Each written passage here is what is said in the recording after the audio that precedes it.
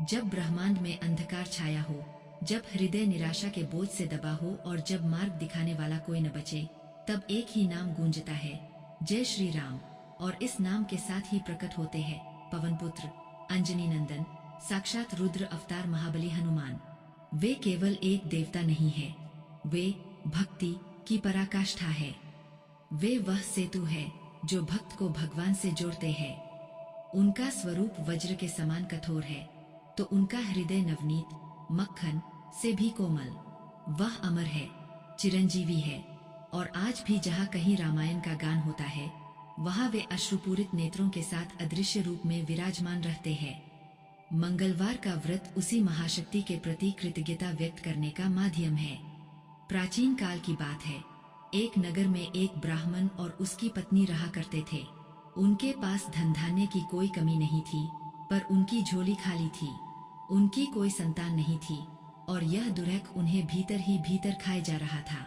ब्राह्मण अक्सर वन में जाकर हनुमान जी की तपस्या करता, जबकि उसकी पत्नी घर पर मंगलवार का व्रत रखकर बजरंग बली की सेवा करती।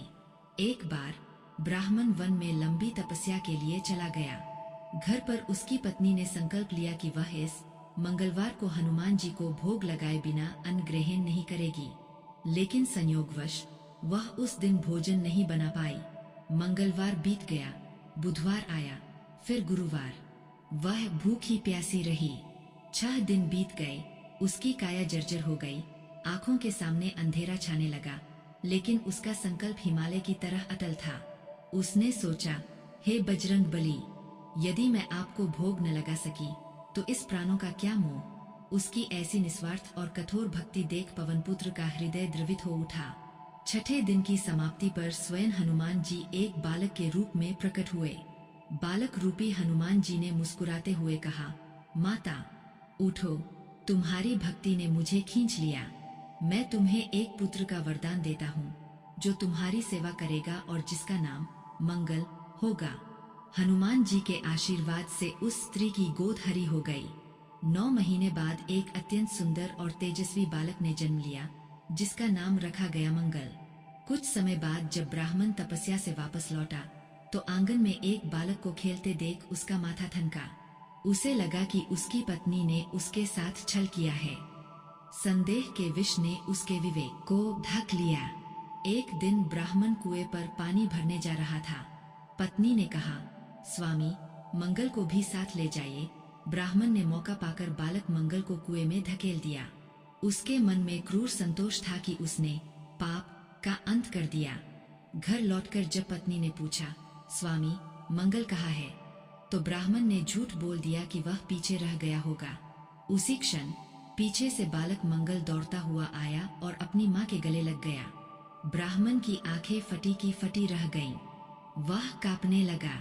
उसी रात महाबली हनुमान ने ब्राह्मण के स्वप्न में आकर दर्शन दिए। हनुमान जी की विशाल और ओजस्वी छवि देख ब्राह्मण के प्राण सूखने लगे। हनुमान जी ने गंभीर वाणी में कहा, रे मूर्ख, जिसे तू पाप की संतान समझ रहा था, वह मेरी कृपा का फल है। तेरी पत्नी के अटूट विश्वास और मंगलवार के व्रत का प्रताप है यह बालक। तूने संदेह में आकर भक्त की मर्यादा को ठेस पहुंचाई है। ब्राह्मण फूट फूट कर रोने लगा। उसे अपनी ओछी सोच पर ग्लानि हो रही थी। वह अपनी पत्नी के चरणों में गिर पड़ा और हनुमान जी की जय जयकार करने लगा। उस दिन से पूरा परिवार मंगलवार का व्रत नियम पूर्वक करने लगा और अंततः मोक्ष को प्राप्त हुआ। यह कथा हमें सिखाती है कि विश्वास में कितनी शक्ति है। हनुमान जी को प्रसन्न करने के लिए किसी आडंबर की आवश्यकता नहीं है, बस एक निस्वार्थ हृदय और अटूट संकल्प चाहिए। मंगलवार का व्रत करने से निम्नलिखित लाभ होते हैं। भय का नाश। जो व्यक्ति मंगलवार का व्रत रखता है, उसके जीवन से काल, भूत प्रेत और शत्रु का भय समाप्त हो जाता है। मंगल दोष से मुक्ति। कुंडली में मंगल की स्थिति को शुभ बनाने के लिए यह व्रत रामबाण है।